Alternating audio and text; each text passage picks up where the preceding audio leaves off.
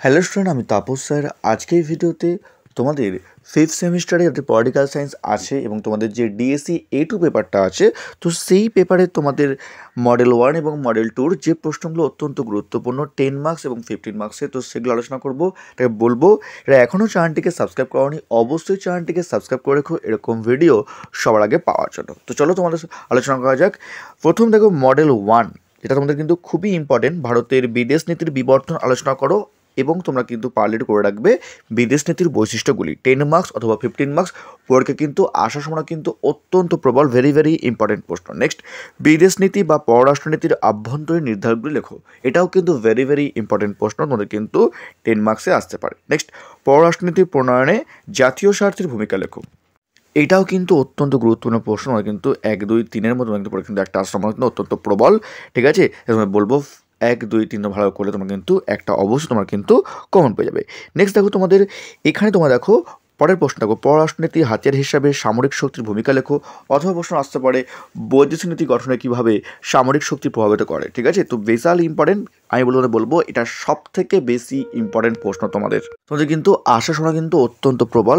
আমি তোমাদের বলবো মডেল 1-এ তোমরা সব থেকে বেশি তোমরা কিন্তু এটা আগে করবে, তারপর তোমরা কিন্তু বিদেশটা করবে। ঠিক আছে, ভেরি ভেরি ইম্পর্টেন্ট প্রশ্ন। নেক্সট, বিদেশ নীতিতে প্রচার কার্যের ভূমিকা লেখো অথবা প্রচার কার্যের সংজ্ঞা দাও, এর প্রকৃতি লেখো। এই 4 এবং 5 দুটোর মধ্যে কিন্তু পরীক্ষা কিন্তু এবারে কিন্তু বিশাল বিশাল ইম্পর্টেন্ট এবং তোমাদের কিন্তু আসার সম্ভাবনা সব থেকে বেশি 4 এবং 5-এর মধ্যে একটা অবশ্যই তোমরা কিন্তু কমন পাবে।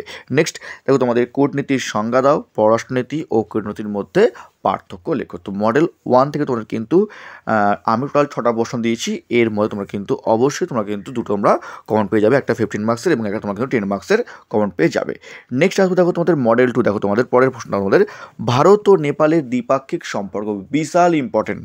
হয় 10 মার্কস না হলে 15 মার্কস, তোমাদের পরীক্ষা কিন্তু বিশাল ইম্পর্টেন্ট। নেক্সট, ভারত ও বাংলাদেশের দ্বিপাক্ষিক সীমাবদ্ধতা সম্পর্কে লেখো বা ভারত ও বাংলাদেশের দ্বিপাক্ষিক সম্পর্ক লেখো।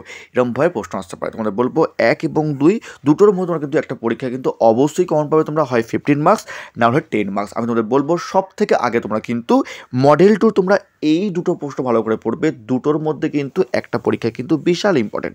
নেক্সট দেখো ভারতের বিদেশ নীতির মূল স্তম্ভ হিসাবে জোট নিরপেক্ষ নীতির গুরুত্ব লেখো। এটা তোমাদের সাপোর্টিং প্রশ্ন, ভালো করে তোমরা পড়বে। 1, 2, 3 তোমরা সব থেকে ভালো করে পড়বে তোমরা মডেল 2-র জন্য।